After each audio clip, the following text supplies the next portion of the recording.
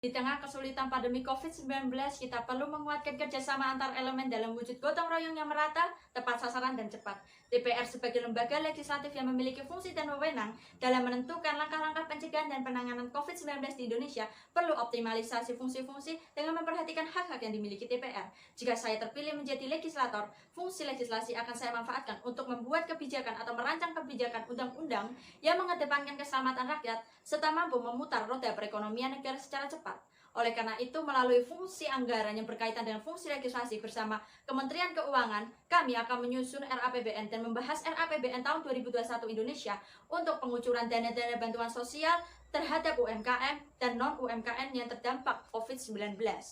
Oleh karena itu, dana-dana yang diperlukan bukan hanya mengenai dana UMKM dan UMKM ataupun dana-dana insentif, relaksasi, dan reduktor dari pajak,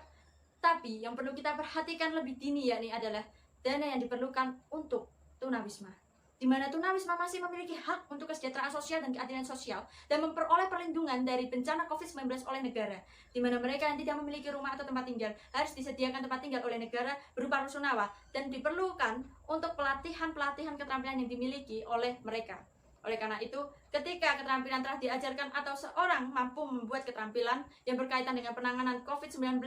dapat juga memperoleh dana karya karsa, di mana seseorang bisa melalui karyanya menyampaikan atau menganalisis berita bohong yang beredar mengenai COVID-19 bersama pemerintah akan bekerja sama untuk pencegahan dan penanganan COVID-19. Selain dana-dana karya karsa serta dana bantuan sosial bagi non-UMKM dan UMKM maupun tunawisma, terdapat pula dana insentif buat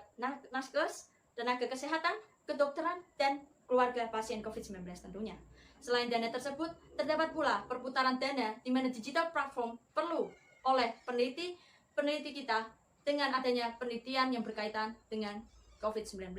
di mana dana pengembangan penelitian yang dapat diperoleh peneliti yang masih meneliti berkaitan dengan COVID-19 serta penanganan konservasi atau pengamatan lingkungan di saat pandemi diperlukan, yakni seperti penanganan atau pembiayaan flora fauna selama pandemi, krisis yang menyebabkan dampak seluruh aspek negara terganggu,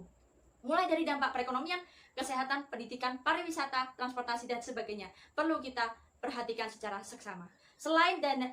fungsi dari legislasi maupun fungsi dari anggaran, terdapat pula fungsi pengawasan melalui banyaknya bentukan lembaga-lembaga yang telah dibentuk. Perlu sebuah pengawasan, karena semakin banyak lembaga yang dibentuk, maka terjadi pula peluang atau kesempatan untuk penyimpangan terhadap anggota intern maupun ekstern dari lembaga tersebut. Oleh karena itu, perlu Dewan Pengawas Khusus yang berdiri secara independen dan dibentuk oleh lembaga legislator berisikan merupakan masyarakat umum, tokoh publik maupun pemerintahan yang didirikan secara independen dan dapat menerima serta menindaklanjuti laporan-laporan yang berada melalui penyimpangan-penyimpangan yang dilakukan anggota dan non-anggota lembaga tersebut.